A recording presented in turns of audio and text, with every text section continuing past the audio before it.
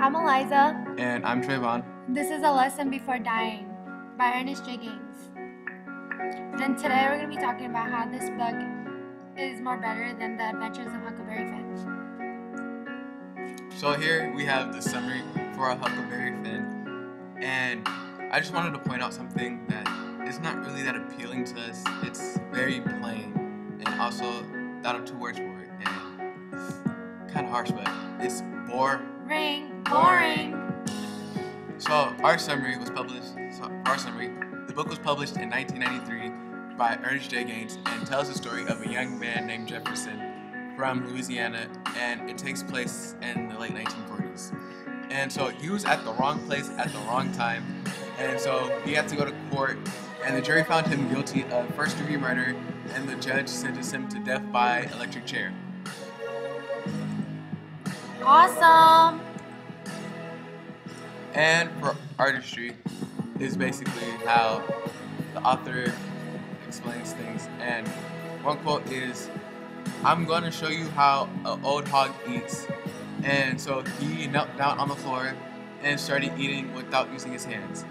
And basically, the emotional detail in this book far surpasses the detail in Huck Finn because it seems more serious and authentic, and it is how an actual person might act in this time and situation. He's progressing, yo. Suggestiveness. Jefferson's emotions and humanity sometimes overcomes him. It's life or death for him in the jail cell, and his relationship with his aunt when she comes to visit him. So here's a quote. Finally he turned, looking in their direction. He wasn't seeing them. My aunt told Miss Eloise he acted as though they were not even in the room. His eyes were a total blank, my aunt said.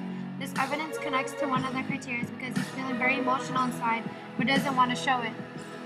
Here's another quote. I want you to show them the difference between what they think you are and what you can be. For intellectual value, it is basically the use of irony and satire, and also he uses quotes from the Bible, and Jefferson shares his opinion too, and he says, "I think it's God that makes people care for other people, and I think it's God that makes children play and people sing." And so basically what he is saying is that God makes things happen the way he wants it to, and if God wants to make you love someone or care for them, then he will make you do that. Spiritual value. White men leaving their job because they don't want to work alongside black folks. Whoa! A young black man getting blamed for something he didn't do, then turns into a young man throughout his journey. Double whoa! And here's a quote, and that's all we are, Jefferson.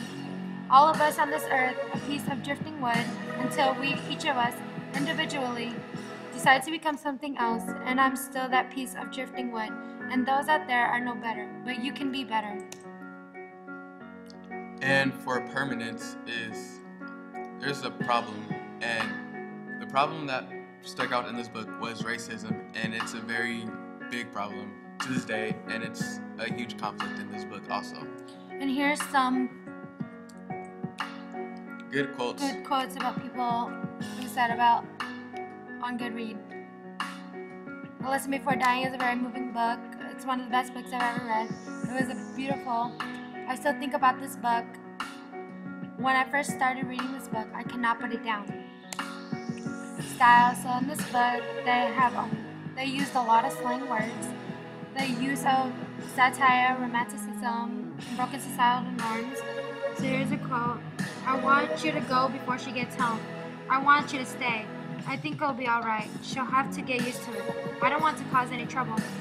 And the author's use of dialect is stating that Graham wants Vivian to stay despite everything that's happened around them. The author uses quotes to make us readers feel what they're feeling in real life. He wants us to feel like even though something devastating has happened around them, he wants us to feel the love that they have for each other, despite everything that happened.